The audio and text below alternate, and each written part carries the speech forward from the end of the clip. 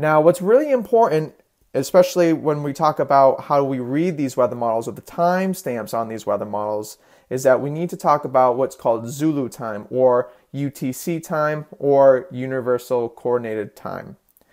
This is based off of Greenwich, England, which sits at 0 degrees longitude, which is right on the prime meridian. It's not affected by daylight savings time, and this is what GMT is, or Greenwich Mean Time. So when we say 0 UTC or 0Z or 00 GMT, it's all the same, meaning it's midnight in Greenwich. So that is their local time, midnight in Greenwich. So if you live on the East Coast, that means that 0Z is 8 p.m. during daylight savings time, or 7 p.m. when we turn the clocks back when it's not daylight savings time, because we are 5 hours behind Greenwich. So 0Z is 8 p.m. local time on the East Coast.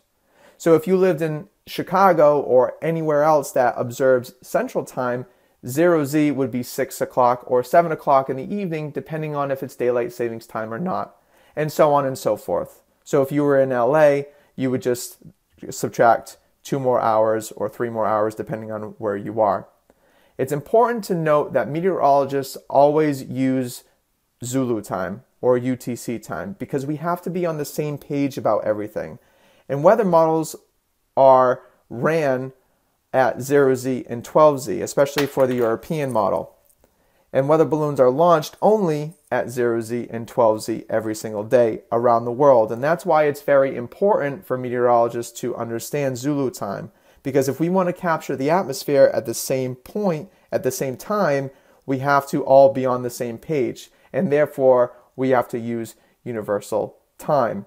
And so, if you are living on the East Coast, which I assume most of you are, you look at this chart, and I have highlighted the different conversions between Zulu time and local time.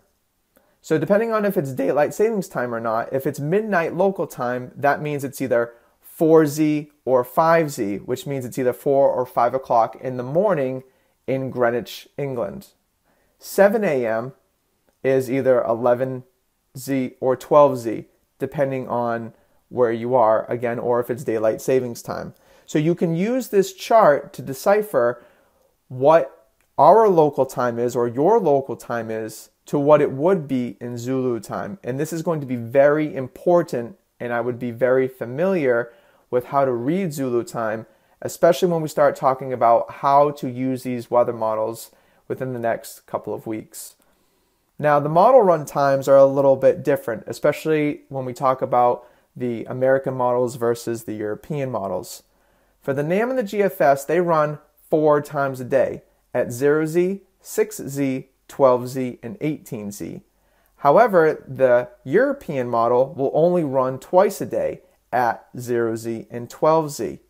Now remember, new data is only inputted into the models at 0Z and 12Z, which means the other 2 runs at 6Z and 18Z for the American models use old data from earlier times, meaning that the American models will also produce a forecast at 6C and 18C, and they use the previous data from the weather balloon launch at 0Z or 12Z.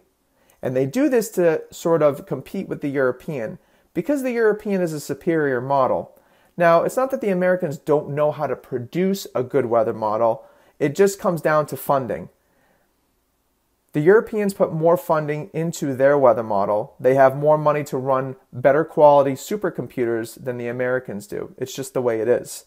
So in order to kind of counteract that and to compete a little bit better with the European model, the American models will produce a forecast 4 times a day instead of the Europeans, who only seem that it's necessary to run a weather model twice a day.